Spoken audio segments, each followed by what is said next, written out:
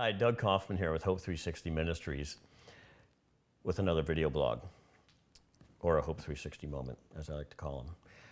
Hey, the title of this one is Not Coming Home. I wanted to share with you a story that a friend of mine shared with me, and it's about her going on a missions trip. And she, at the last minute, someone asked her if she wanted to go on this trip. Someone had canceled, there was a spot open. And she said, sure. She felt like God was telling her to go. But before she went, she had this fear of not coming home, of not returning. And it was an anxiety that really was not settling with her. So she has a daughter, and she thought, well, what if I get kidnapped or the plane crashes or something happens and I don't come home? So she made arrangements with some family and friends for custody and a guardian in case she didn't make it back home.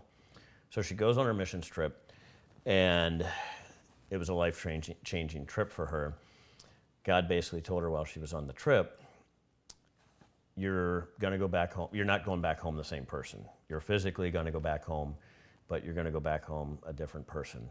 And you're going to leave behind the old person. You're going to leave behind your burdens, your old self, and the things that God did not want in her life. And I thought that was a real encouraging story, because God can work those miracles in people's lives. And that's what the cross is all about, and the message of salvation is all about. It reminds me a little bit about when I started Hope 360 Ministries. It was very clear to me that it was to be right here in Burnsville, Minnesota, Dakota County, right here in Minnesota. And God had said, you're not going to go to Africa and come back in 2 weeks as a missionary, or come back in 2 years. Your mission field is right here in your hometown. And there's so many hurting people that need Jesus. And he said, you're never coming back. You're never coming back home, so to speak. And it was really a great message, because it was so loud and clear to me. It was something that I was never so sure of anything in my life as I was at that moment. So saying that, 3 people come to mind that have called me here in the last 3 weeks that have said they don't feel like they can get back home. And what they meant by that is they all had these relationships, or they had a relationship with God, but they're right now going through some major struggles. 2 of them their marriages are on the brink. One of them is a financial situation.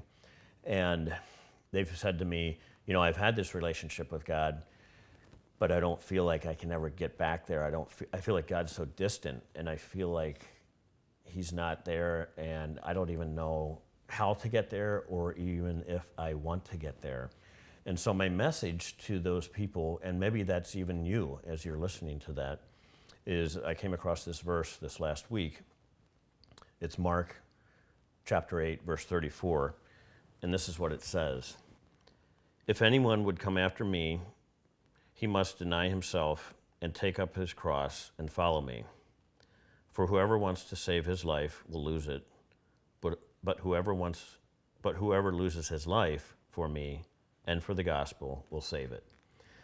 So again, I want to encourage you, if you're like one of those 3 people that I've talked to here in just the last couple weeks, and you're saying, I don't know if I can get back to that relationship I had, or get back home, so to speak, I would encourage you to read Mark 8, chapter 8, verse 34.